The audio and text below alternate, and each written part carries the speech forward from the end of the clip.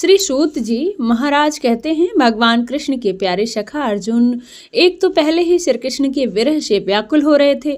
उस पर राजा युधिष्ठिर ने उनकी विषाद ग्रस्त मुद्रा देखकर उसके विषय में कई प्रकार की आशंकाएं व्यक्त करते हुए प्रश्नों की मानो झड़ी ही लगा दी हो। दुख और शोक से अर्जुन का मुख और हृदय कमल सूख सा गया था, चेहरा एकदम फीका पड़ गया था। वे उन्हें भगवान कृष्ण के ध्यान में ऐसे डूब रहे थे कि बड़े भाई के प्रश्नों का कोई भी उत्तर ना दे सके। श्री कृष्ण के आंखों से ओझल हो जाने के कारण वे बड़े परेशान से और बड़े ही व्याकुल हो रहे थे। रथ हाँकने, टहलने आदि के समय भगवान ने उनके साथ जो मित्रता, अभिन्न हृदयता और प्रेम से भरे हुए व्यवहार किए थे, उनकी याद में रह रहकर उन्हें आ रही थी। बड़े ही कष्ट से उन्होंने अपने शोक का वेग रोका, हाथ से अपनी आंखों के आंसू पोंछे और फिर रूंधे हुए गले से अपने बड़े भाई महाराज युधिष्ठिर से कहा, हे महाराज, मेरे भाई अथवा अत्यंत घनिष्ठ मित्र का रूप धारण कर श्री कृष्ण ने तो मुझे ठग ही लिया। मेरे जिस प्रबल पराक्रम से बड़े बड़े देवता गण भी आश्चर्य में डूब जाते थे, उसे श्री कृष्ण ने मुझसे छीन ही लिया। जैसे यह शरीर प्राण से रहित होने पर मृतक कहलाता है, वैसे ही उनके क्षण भर के वियोग से यह संसार मुझे अब अप्रिय सा दिखने लगा है। उनके आश्रय से द्रौपदी स्वयंवर में राजा द्रुपद के घर आए हुए कामोन्मुक्त राजाओं का तेज मैंने हरण कर लिया था। धनुष पर बाण चढ़ाकर मैंने मछली की आंख को बेध लिया और इस प्रकार द्रौपदी को प्राप्त किया था। और उनके साथ मैंने समस्त देवताओं के साथ इंद्र को अपने बल से जीत कर अग्निदेव को उनकी तृप्ति के लिए खांडव वन का दान कर दिया था और मायामयी दानों की निर्माण की हुई अलौकिक कला से युक्त मायामयी सभा प्राप्त की। और आपके यज्ञ में सब ओर से आकर राजाओं ने अनेक प्रकार की भेंटें समर्पित की। 10,000 साथियों की शक्ति और बल से संपन्न आपके इन छोटे भाई भीमसेन ने उन्हीं की शक्ति से राजाओं के सिर पर पैर रखने वाले अभिमानी जरासंघ का वध किया था। इसके पश्चात उन्हीं भगवान ने उन बहुत से राजाओं को मुक्त किया जिनको जरासंघ ने महाभैरव यज्ञ में बलि चढ़ाने के लिए बंदी बना रखा था। उन सभी राजाओं ने आपके यज्ञ में अनेकों प्रकार के उपहार दिए थे। महारानी द्रौपदी राजसूय यज्ञ के महान अभिषेक से पवित्र हुए अपने उन सुंदर केशों को, जिन्हें दुष्टों ने भरी सभा में छूने का साहस किया था, बिखेर कर आंखों में आंसू भरकर श्री कृष्ण से प्रार्थना की। तब उन्होंने उनके सामने उसके घोर अपमान का बदला लेने की प्रतिज्ञा करके उन धूर्तों की स्त्रियों की ऐसी दशा कर दी, वे विधवा हो गईं और उन्हें अपने केस अपने हाथों से खोलने पड़े थे। वनवास के समय हमारे वैरी दुर्योधन ने षड्यंत्र से 10,000 शिष्यों के साथ बिठाकर भोजन करने वाले महर्षि दुर्वासा ने हमें दुस्तर संकट में डाल दिया था। उस समय उन्होंने द्रौपदी के पात्र में बची हुई शाक की एक पत्ती का ही भोग लगाकर हमारी रक्षा की थी। उनके ऐसा करते ही नदी में स्नान करते हुए मुनि मंडली को ऐसा प्रतीत हुआ मानो उनकी तो बात ही क्या, सारी त्रिलोकी ही तृप्त हो गई हो। और उनके प्रताप से मैंने युद्ध में पार्वती जी सहित भगवान शंकर जी को भी आश्चर्य में डाल दिया था तथा उन्होंने मुझको अपना पाशुपत नामक अस्त्र दिया था। साथ ही दूसरे लोग पालों ने भी प्रसन्न होकर अपने अपने अस्त्र मुझे दिए और उनकी कृपा से मैं इस शरीर से स्वर्ग में गया और देवराज इंद्र की सभा में उनके बराबर आदि आसन पर बैठने का सम्मान भी मैंने प्राप्त किया। श्री कृष्ण के आग्रह से जब मैं स्वर्ग में ही कुछ दिनों तक रह गया, तब देवराज इंद्र के साथ समस्त देवताओं ने मेरी इन्हीं धारण करने वाली भुजाओं का निवाद कवच आदि दैत्यों को मारने के लिए आश्रय लिया था। हे महाराज, ये सब जिनकी महत्वता कृपा का फल था, उन्हीं पुरुषोत्तम भगवान कृष्ण ने आज मुझे ठग लिया। महाराज, कौरवों की सेना भीष्म, द्रोण आदि अजेय महामत्स्य से पूर्ण अपार समुद्र के समान दस्तर थी, परंतु उनका आश्रय ग्रहण करके अकेले ही रथ पर सवार होकर मैंने उसे पार किया। उन्हीं की सहायता से आपको याद होगा मैंने शत्रुओं से राजा विराट का सारा गोदन तो वापस ले ही लिया, साथ ही उनके सिर पर चमकते हुए मणिमय मुकुट और अंगों से अलंकार तक छीन लिए।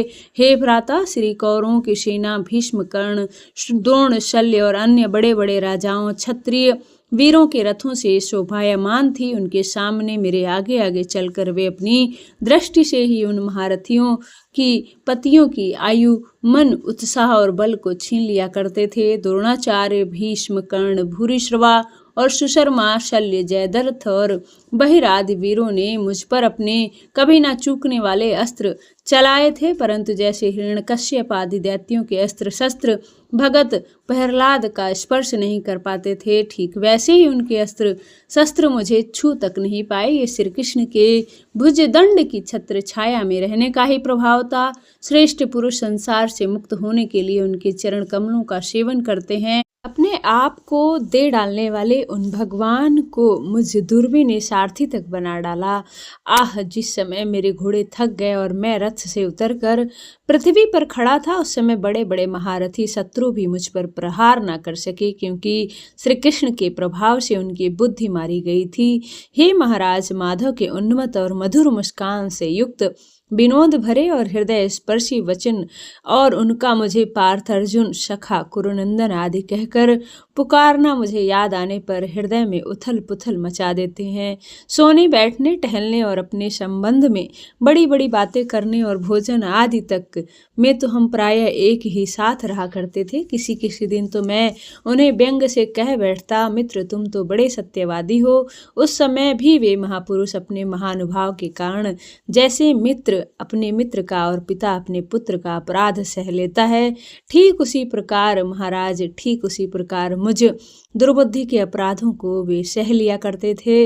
महाराज, जो मेरे सखा प्रेम मित्र नहीं मेरे हृदय ही थे, उन्हीं पुरुषोत्तम भगवान से आज मैं रहित हो गया हूँ। भगवान की पत्नियों को द्वारका से अपने साथ ला रहा था, परंतु रास्ते में दुष्ट गोपों ने मुझे एक अबला की भांति मुझे हरा दिया और मैं उनकी रक्षा ही नहीं कर पाया। वहीं श्री कृष्ण तो मेरा गांडीव धनुष है, वही मेरे बाण हैं, वही रथ है, वही घोड़े हैं और वही मैं रथी अर्जुन भी हूँ, जिसके सामने बड़े बड़े लोग सिर झुकाया करते थे।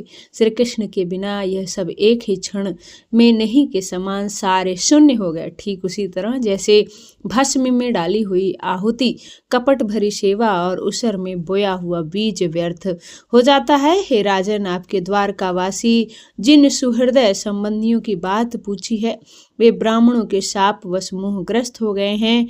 वारुणी मधुरा के पान से मद उन्मत्त होकर अजनबियों की भांति आपस में ही एक दूसरे से भिड़ गए और घूस से मारपीट करके सब के सब नष्ट हो गए हैं। उनमें केवल 4-5 ही बचे हैं। वास्तव में यह सर्वशक्तिमान भगवान की ही लीला है कि संसार के सभी प्राणी परस्पर एक दूसरे का पालन पोषण भी करते हैं और एक दूसरे को मार भी डालते हैं। हे राजन, जिस प्रकार जलचरों में बड़े बड़े जोटे को बलवान दुर्बल और बड़े को बलवान भी परस्पर एक दूसरे को खा जाते हैं, उसी प्रकार अतिशय और बली यदुवंशियों के द्वारा भगवान ने दूसरे राजाओं का संहार कराया। इसके बाद यदुवंशियों के द्वारा ही एक दूसरे यदुवंश का नाश कराकर पूर्ण रूप से पृथ्वी का भार उतार दिया। भगवान कृष्ण ने जो मुझे शिक्षाएं दी थीं, विदेश काल और प्रयोजन के अनुरूप और हृदय के ताप को शांत करने वाली थी, उनका ध्यान आते ही वे हमारे मन को हरण कर लेती हैं। सूत जी कहते हैं, इस प्रकार प्रगाढ़ प्रेम से भगवान श्री कृष्ण के चरण कमलों का चिंतन करते करते अर्जुन की चित्त वृत्ति अत्यंत निर्मल और शांत हो गई। भक्ति के वेग ने उनके हृदय को मत कर उसमें से सारे विकारों को बाहर निकाल दिया। उन्हें युद्ध के प्रारंभ में भगवान के द्वारा उपदेश किया हुआ गीता ज्ञान पुनः स्मरण हो आया, जिसकी काल के व्यवधान और कर्मों के विस्तार के कारण प्रमादवश कुछ दिनों के लिए विस्मृत हो गई थी, अर्थात वे भूल चुके थे। ब्रह्म ज्ञान की प्राप्ति से माया का आवरण भंग होकर गुणात अवस्था को प्राप्त हो गई, सूक्ष्म शरीर भंग हो गया और विश्व और जन्म मृत्यु के चक्र से सर्वदा मुक्त हो गए। भगवान के स्वधा गमन और यदुवंश के संहार का वृतांत सुनकर निश्चल मति युधिष्ठिर ने स्वर्गारोहण का निश्चय किया। कुंती ने भी अर्जुन के मुख से यदुवंश के नाश और भगवान के स्वर्ग धाम गमन की बात सुनकर अन्य भक्ति से अपने हृदय को भगवान श्री कृष्ण में लगा दिया और सदा के लिए इस जन्म मृत्यु रूपी संसार से अपना मुंह मोड़ लिया। भगवान श्री कृष्ण ने लोक दृष्टि में जिन यादव शरीर से पृथ्वी का भार उतारा था, उसका वैसे ही परित्याग कर दिया जैसे कोई कांटे से कांटा निकालकर फिर दोनों को ही फेंक देता हो। भगवान की दृष्टि में तो दोनों ही समान थे, जैसे एक नट के समान मत आदि के रूप धारण करते हैं और फिर उनका त्याग कर देते हैं, वैसे ही जिस यादव शरीर से पृथ्वी का भार दूर किया उसे त्याग भी दिया। जिनकी मधुर लीलाएं सुनने लायक हैं, उन भगवान श्री कृष्ण ने जब अपने मनुष्य के इस शरीर का पृथ्वी पर प्रत्याग कर दिया, उसी दिन विचारहीन लोगों को अधर्म में फंसाने वाला कलयुग आदम का महाराज युधिष्ठिर से कलयुग का फैलना छिपा नहीं रह पाया। उन्होंने देखा देश और नगर में, घरों में, प्राणियों में लोभ, असत्य, छल, हिंसा आदि अधर्म की बढ़ोतरी हो रही है। तब उन्होंने महाप्रस्थान करने का निश्चय किया। उन्होंने अपने विनय पुत्र परीक्षित को, जो कि गुणों में उन्हीं के समान थे, समुद्र से घिरी हुई पृथ्वी के सम्राट पद पर हस्तिनापुर में अभिषेक किया। उन्होंने मथुरा में सूरसेन अधिपति रूप में अनिरुद्ध के पुत्र व्रज का अभिषेक किया। इसके बाद समर्थ युधिष्ठिर ने प्रजापति यज्ञ करके आह्वाने आदि अग्नियों को अपने में लीन कर दिया, अर्थात गृह आश्रम के धर्म से मुक्त होकर उन्होंने संन्यास ग्रहण कर लिया। युधिष्ठिर ने अपने सब वस्त्र आभूषण आदि वहीं पर छोड़ दिए और ममता और अहंकार रहित होकर अपने समस्त बंधन भी काट डाले। उन्होंने दृढ़ भावना से वाणी को, मन में मन को, प्राण में प्राण को, अपान में और अपान को उसी क्रिया के साथ मृत्यु में और मृत्यु को पंचभूत में शरीर में लीन कर लिया। इस प्रकार शरीर को मृत्यु रूप अनुभव करके उन्होंने त्रिगुण में मिला दिया। त्रिगुण को मूल प्रकृति में सर्व का रूप, प्रकृति को आत्मा में और आत्मा को अविनाशी ब्रह्मा में विलीन कर दिया। अब उन्हें यह अनुभव होने लगा था कि यह संपूर्ण दृश्य प्रपंच ब्रह्मा स्वरूप है। इसके पश्चात उन्होंने शरीर पर चीर वस्त्र धारण कर लिया, अन्य जल का त्याग कर दिया, मौन ले लिया और केश खोलकर बिखेर लिए। वे अपने रूप को ऐसे दिखाने लगे जैसे कोई जड़ उन्मत्त या पिशाच हो। फिर वे बिना किसी की राह देखे, बहरे की तरह बिना किसी की बात सुने घर से निकल, हृदय में उस पर ब्रह्मा का ध्यान करते हुए, जिसको प्राप्त करके फिर कभी वापस लौटना नहीं होता, उन्होंने उत्तर दिशा की तरफ यात्रा की, जिस ओर पहले बड़े बड़े महात्मा जन भी जा चुके थे। भीमसेन, अर्जुन आदि युधिष्ठिर के छोटे भाइयों ने भी देखा। पृथ्वी में सभी लोगों में अधर्म में सहायक कलयुग ने प्रभावित कर रखा है, इसलिए वे भी श्री कृष्ण चरणों की प्राप्ति का दृढ़ निश्चय करके अपने बड़े भाई के पीछे पीछे चल पड़े। उन्होंने अपने जीवन के सभी लाभ भली भांति प्राप्त कर लिए थे, इसलिए यह निश्चय करके कि भगवान कृष्ण के चरण कमल ही अब हमारे परम पुरुषार्थ हैं, उन्होंने हृदय में धारण कर लिया। पांडवों के हृदय में भगवान श्री कृष्ण के चरण कमलों का ध्यान से भक्ति भाव उमड़ाया। उनकी बुद्धि सर्वदा शुद्ध होकर भगवान श्री कृष्ण के उस सर्वोत्कृष्ट रूप में अन्य भाव से स्थिर हो गई, जिसमें पाप पुरुष ही स्थिर हो पाते हैं। और इस फल स्वरूप उन्होंने अपने विशुद्ध अंतःकरण से स्वयं ही वह गति प्राप्त की जो विषाक्त दुष्ट मनुष्य को कभी प्राप्त नहीं हो सकती। संयमी और श्री कृष्ण के प्रेम में मुक्त भगवान मैं विदुर जी भी अपने शरीर को प्रभास क्षेत्र में त्याग दिए। उस समय उन्हें लेने आए हुए पितरों के साथ भी अपने लोक अर्थात यम लोक को लेकर चले गए। द्रौपदी ने देखा कि अब पांडव लोग निरपेक्ष हो गए हैं, तब अन्यन प्रेम से भगवान श्री कृष्ण का चिंतन करके उन्हें प्राप्त हो गई। भगवान के प्यारे भक्त पांडवों के महाप्रयाण की इस परम पवित्र और मंगलमय कथा को जो पुरुष श्रद्धा से सुनता है, वह निश्चय ही भगवान की भक्ति और मोक्ष प्राप्त करता है। आगे बढ़ने से पहले आपको सुनाते हैं महाभारत से जुड़ी एक कहानी। जुए के खेल में जब सभी पांडव हार गए, तब वे अपना राजपाट भी हार चुके थे। ऐसे में उन्हें 12 वर्ष का वनवास और 1 वर्ष का अज्ञातवास भी काटना पड़ा। जब सभी पांडव वनवास को जाने लगे तो राजा धृतराष्ट्र ने विदुर जी से पूछा कि पांडव किस प्रकार वन में जा रहे हैं, मुझे उसका वर्णन सुनाओ। तब विदुर जी ने धृतराष्ट्र को बताया कि महाराज धर्मराज युधिष्ठिर अपनी आंखें बंद किए हुए हैं, उन्हें कहीं उनकी क्रोधपूर्ण आंखों के सामने पड़कर कौरव भस्म न हो जाए। और भीम अपनी मजबूत बाहें फैलाकर दिखाते हुए जा रहे हैं कि समय पर मैं अपने बाहुबल से कौरवों का नाश कर दूंगा। अर्जुन धूल उड़ाते हुए चल रहे हैं और यह इस बात का संकेत है कि वे युद्ध के समय ऐसी ही बाण वर्षा करेंगे। और वन को जाते हुए सहदेव ने अपने मुंह पर धूल मल रखी है, जिससे कि उनका कोई चेहरा ना देख पाए। और नकुल ने तो अपने सारे शरीर पर ही धूल मल ली है।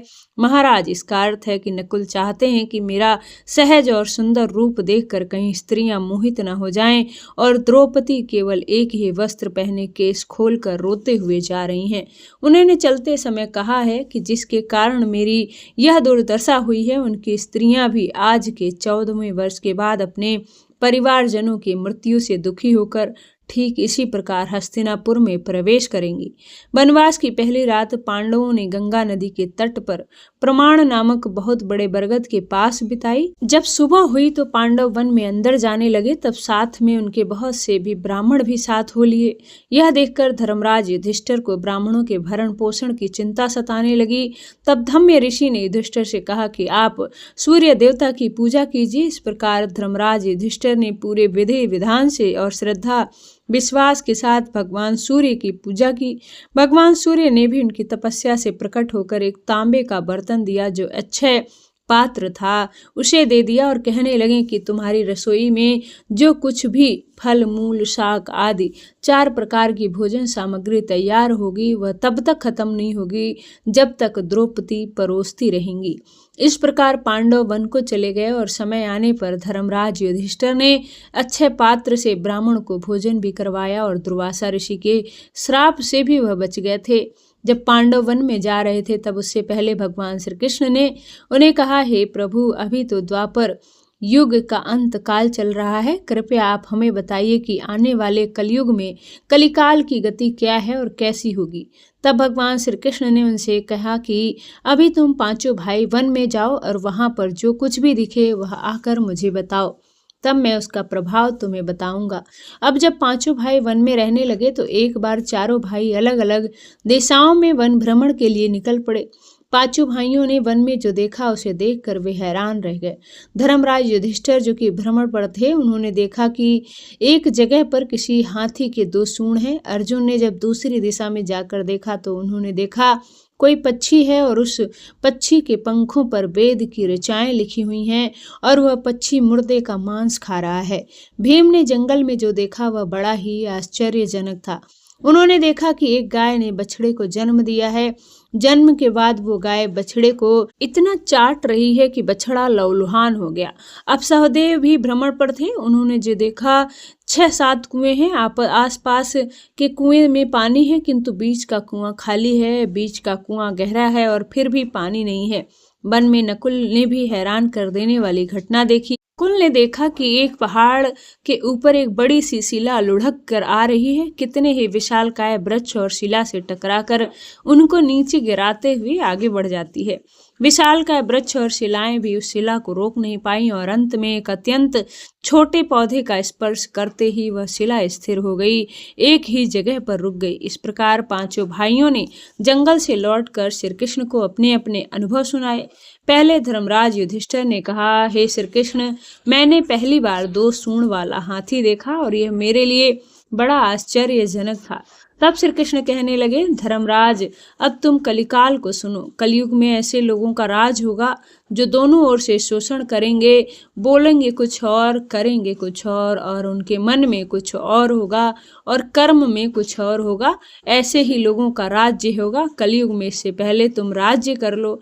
धर्मराज युधिष्ठिर के बाद अर्जुन ने कहा, हे मधुसूदन, मैंने जो कुछ भी देखा वो इससे कहीं ज्यादा भयानक था। जो मैंने देखा, एक पक्षी के पंखों पर वेद की ऋचाएं लिखी हुई हैं और वह पक्षी मुर्दे का मांस खा रहा है। इसका क्या अर्थ हो सकता है?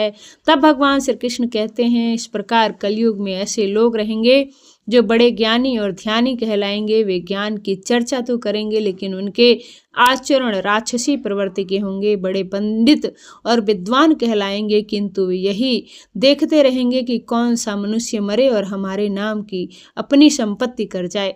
और बाद में अर्जुन भीम ने भी अपना अनुभव सुनाया। भीम ने कहा कि मैंने देखा एक गाय अपने बछड़े को इतना चाटती है कि इसका बछड़ा लहूलुहान हो जाता है, उसके शरीर से रक्त टपकने लगता है। तब श्री कृष्ण कहते हैं, कलयुग का मनुष्य शिशुपाल हो जाएगा। कलयुग में बालकों के लिए ममता के कारण इतना करेगा कि उन्हें अपने विकास का अवसर ही नहीं मिलेगा और मोह माया में ही घर बर्बाद हो जाएगा। किसी का बेटा घर छोड़कर साधु बनेगा तो हजारों व्यक्ति दर्शन करेंगे, किंतु यदि अपना बेटा साधु बनता होगा तो रोएंगे कि मेरे बेटे का क्या होगा। इतनी ममता होगी कि उसे मोह माया और परिवार में ही बांध कर रखेंगे और उसका जीवन वहीं समाप्त हो जाएगा। अंत में बेचारा नाश होकर मर जाएगा। भीम की बात सहदेव ने पूछा, हे मधुसूदन, मैंने जो देखा उसका क्या अर्थ हो सकता है? मैंने तो यह देखा कि 5 से 7 कुएं तो भरे हुए हैं, लेकिन उनके बीच का कुआं जो सबसे ज्यादा गहरा भी था वह एकदम से खाली था। ऐसा कैसे संभव हो सकता है? तब श्री कृष्ण कहने लगे कि कलयुग में धनाढ्य लोग लड़के लड़की के विवाह में, मकान के उत्सव में, छोटे बड़े उत्सवों में तो लाखों रुपए खर्च कर देंगे, परंतु पड़ोस में ही यदि कोई भूखा प्यासा होगा तो वह यह नहीं देखेंगे कि उसका पेट भरा है या नहीं। उनका अपना ही सगा भूख से मर जाएगा और वे देखते रहेंगे। दूसरी ओर मौज मस्ती, मदिरा, मांस भक्षण, सुंदरता और व्यसन में फंसे पैसे उड़ा देंगे, लेकिन उनके मन में इतनी दया नहीं होगी कि किसी रोते हुए के आंसू पोंछ लें। यानी कहने का तात्पर्य यह होगा कि कलयुग में अन्न के भंडार तो रहेंगे, लेकिन लोग भूख से ही मरेंगे। इनका साफ साफ अर्थ है कि लोगों के मन में दया ही नहीं होगी। लोग अपने सामने लोगों को भूखा मरता देखेंगे, लेकिन अपना धन उन पर नहीं खर्च करेंगे। सहदेव के बाद नकुल ने भी भगवान श्री कृष्ण से कहा कि मैंने भी एक आश्चर्य देखा है प्रभु। मैंने तो यह देखा कि बड़ी सी चट्टान पहाड़ से लकड़ी और अपने साथ न जाने कितने बड़े बड़े मजबूत पेड़ों को उखाड़ के साथ चली गई, लेकिन अपने साथ छोटी छोटी और बड़ी चट्टानों को भी उखाड़ती चली आई। उसे कोई नहीं रोक पाया, लेकिन एक छोटे से नन्हे से पौधे से टकराते ही वह चट्टान रुक गई और अपनी जगह पर स्थिर हो गई। इसका क्या अर्थ हो सकता है? मानव का मन नीचे गिरेगा और उसका जीवन पतित होता चला जाएगा। यह पतित जीवन धन की शिला से नहीं रुकेगा, न ही सत्ता के वृक्षों से रुकेगा, किंतु भगवान के नाम से एक छोटे से पौधे से, हरि कीर्तन से एक छोटे से पौधे से, भगवान का नाम लेने से, केवल भगवान में अपना ध्यान लगाने से ही मनुष्य का पतन होना रुक सकता है। इस प्रकार भगवान श्री कृष्ण ने 5 पांडवों के उनके द्वारा देखी गई आश्चर्यजनक घटनाओं का वर्णन सुना दिया कि कलयुग से ही संबंधित था। श्री सूत जी कहते हैं, हे शौनक जी, पांडवों के महाप्रयाण के पश्चात भगवान के परम भक्त राजा परीक्षित श्रेष्ठ ब्राह्मणों की शिक्षा के अनुसार पृथ्वी पर शासन करने लगे। उनके जन्म के समय ज्योतिषों ने उनके संबंध में जो कुछ भी कहा था, वास्तव में वे सभी महान गुण उनमें विद्यमान थे। उन्होंने उत्तर की पुत्री रावती से विवाह किया। इसके बाद उन्होंने जन्मेजय आदि 4 पुत्र उत्पन्न किए और कृपाचार्य को आचार्य बनाकर उन्होंने गंगा नदी के तट पर 3 अश्वमेघ यज्ञ किए, जिनमें ब्राह्मणों को पुष्कल दक्षिणा दी गई। उन यज्ञों में देवताओं ने प्रत्यक्ष रूप से प्रकट होकर अपना अपना भाग्य ग्रहण किया था। एक बार दिग्विजय करते समय उन्होंने देखा कि शूद्र के रूप में कलयुग राजा का वेश धारण करके एक गाय और बैल के जोड़े को ठोकर से मार रहा है। तब उन्होंने उसे बलपूर्वक पकड़कर उसे दंड दिया। शौनक जी ने पूछा, हे महाभगवान सूत जी महाराज, दिग्विजय के समय महाराज परीक्षित ने कलयुग को दंड देकर ही क्यों छोड़ दिया, उसे मार क्यों नहीं डाला? क्योंकि राजा का वेश धारण करने पर भी तो वह अधर्म शूद्र ही जिसने गाय को लात मारा था। यदि यह प्रसंग भगवान श्री कृष्ण की लीला से अथवा उनके चरण कमलों के मकरंद रस का पान करने वाले रसिक महानुभावों से यदि संबंध रखता है तो अवश्य कहिए। दूसरी व्यर्थ की बातों से भला क्या लाभ? उनमें तो आयु व्यर्थ नष्ट होती है।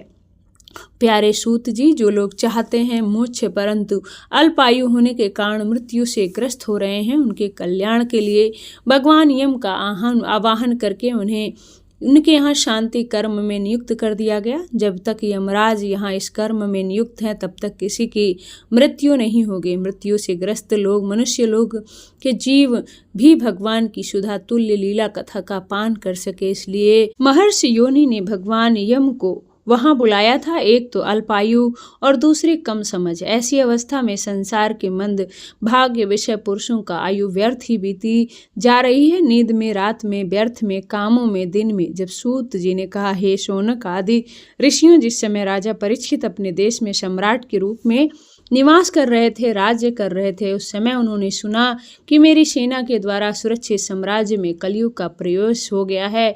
इस समाचार से उन्हें दुख तो अवश्य हुआ, परंतु यह सोचकर कि युद्ध करने का अवसर हाथ लगा वे उतने दुखी नहीं हुए। इसके बाद युद्धवीर राजा परीक्षित ने धनुष हाथ में ले लिया। वे श्याम वर्ण के घोड़ों से जुते हुए सिंह की ध्वजा वाले सुसज्जित रथ पर सवार होकर दिग्विजय से करने के लिए अपने नगर से बाहर निकल पड़े। उस समय रथ, हाथी, घोड़े और पैदल सेना उनके साथ चल रही थी। उन्होंने भद्राक्ष, केतु, माल भारत में उत्तर कुरु और किम पुरुष आदि सभी वर्षों को जीतकर वहां के राजाओं से भेंट ली। उन्हें भी सभी देशों में हर तरफ अपने पूर्वज महात्माओं का सुयश ही सुनने को मिला। उस यशोगान के से पद पद पर भगवान श्री कृष्ण की महिमा प्रकट होती थी। इसके साथ ही उन्हें यह भी सुनने को मिलता था कि भगवान श्री कृष्ण ने अश्वत्थामा के ब्रह्मास्त्र से ज्वाला से किस प्रकार उनकी रक्षा की थी। यदुवंशी और पांडवों में परस्पर कितना प्रेम था और पांडवों के भगवान श्री कृष्ण में कितनी भक्ति थी। लोग उन्हें यह चरित्र सुनाते, उन पर राजा परीक्षित बड़े प्रसन्न होते थे। उनके नेत्र प्रेम से खिल उठते थे और वे बड़ी उदारता से उन्हें बहुमूल्य वस्त्र और मणियों से हार उपहार स्वरूप में दे दिया करते थे। वे सुनते थे कि भगवान श्री कृष्ण ने प्रेमवश होकर पांडवों के सारथी का भी काम किया, उनके सभासद तक बने, यहाँ तक कि उनके मन के अनुसार कार्य करके उनकी सेवा भी की थी। उनके सखा तो थे ही, वे उनके दूत भी बन गए। अब वे रात उनको शस्त्र ग्रहण करके विरासन पर बैठ जाते और शिविर का पहरा दिया करते, उनके पीछे चलते, स्तुति करते और प्रणाम करते। इतना ही नहीं, अपने प्रेमी पांडवों के चरणों में उन्होंने सारे जगत को झुका दिया। तब राजा परीक्षित की भक्ति भगवान श्री कृष्ण के चरण कमलों में और भी बढ़ जाती है। इस प्रकार वे दिन प्रतिदिन पांडवों के आचरण का अनुसरण करते हुए दिग्विजय कर रहे थे। उन्हें दोनों उनके शिविर से थोड़ी दूरी पर एक आश्चर्यजनक घटना घटी। हे शौनक ऋषियों, अब वे घटना मैं आपको सुनाता हूँ। धर्म बैल का रूप धारण करके एक पैर से पर घूम रहा था। एक स्थान पर उसे गाय के रूप में पृथ्वी मिली। पुत्र की मृत्यु से दुखी माता के समान उसके नेत्रों से आंसुओं के झरने झर रहे थे। उसका शरीर हीन हो गया था, कांतिहीन हो गया था। धर्म पृथ्वी से पूछने लगा, कल्याणी, कुशल से तो होना, तुम्हारा मुख कुछ कुछ मलिन हो रहा है, तुम कांतिहीन हो रही हो। ऐसा लगता है कि तुम्हारे हृदय में कुछ न कुछ दुख तो अवश्य है। क्या तुम्हारा कोई संबंधी दूर देश चला गया है जिससे तुम इतनी चिंता कर रही हो? कहीं तुम मेरी चिंता तो नहीं कर रही हो कि अब इसके 3 पैर टूट गए हैं और एक ही पैर रह गया है? संभव है तुम अपने लिए भी शोक कर रही हो। अब शूद्र तुम्हारे ऊपर शासन करेंगे, तुम्हें इन देवताओं के लिए भी खेद हो सकता है। हे कल्याणी, अब यज्ञों की आहुति नहीं दी जाती है, अथवा उस प्रजा के लिए भी जो वर्षा न होने के कारण अकाल और भूख से पीड़ित हो रही है। क्या तुम राक्षस तरीके मनुष्यों के द्वारा सताई गई अबला स्त्रियों के लिए शोक कर रही हो? संभव है विद्या अब कुकर्मी ब्राह्मणों के चंगुल में पड़ गई है और ब्राह्मण विप्र 2 ही राजाओं की सेवा करने में लगे हुए हैं और इसी का तुम्हें दुख है। आज के नाम मात्र के राजा तो 16 आने कलयुगी हो गए हैं। उन्होंने बड़े बड़े देशों को भी उजाड़ डाला है। क्या तुम उन राजाओं या देशों के लिए शोक कर रही हो? आज की जनता खान पान, वस्त्र, स्नान और स्त्री सहवास आदि में शास्त्रीय नियमों का पालन न करके स्वेच्छाचार कर रहे हैं। क्या तुम इसके लिए दुखी हो? हे माँ पृथ्वी, अब समझ में आया ना हो, भगवान श्री कृष्ण की याद आ रही होगी, क्योंकि उन्होंने तुम्हारा भार उतारने के लिए ही तो अवतार लिया था और ऐसी ऐसी लीलाएं की थी जो मोक्ष का भी अवलंबन है। उनके लीला संवरण कर लेने पर उनके परित्याग से तुम दुखी हो रही हो। हे देवी, तुम तो धन्य रत्नों की खान हो। तुम अपने क्लेश का कारण जिससे तुम इतनी दुर्बल हो गई हो मुझे बताओ। मालूम होता है बड़े बड़े बलवान को भी हराने वाले काल ने देवताओं द्वारा वंदनीय तुम्हारे सौभाग्य को छीन लिया है।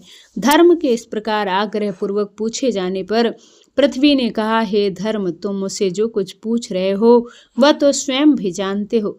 जिन भगवान के सहारे तुम सारे संसार को सुख पहुंचाने वाले अपने चारों चरणों से युक्त थे, जिनमें सत्य, पवित्रता, दया, क्षमा, त्याग, संतोष, कौशल, कांति, धैर्य, कोमलता, निर्भीकता आदि ये 39 अप्राकृतिक पुरुषों द्वारा वांछने में भी और बहुत भी महान गुणों उनकी सेवा करने के लिए नित्य निरंतर निवास करते हैं, एक क्षण के लिए भी उनसे अलग नहीं होते।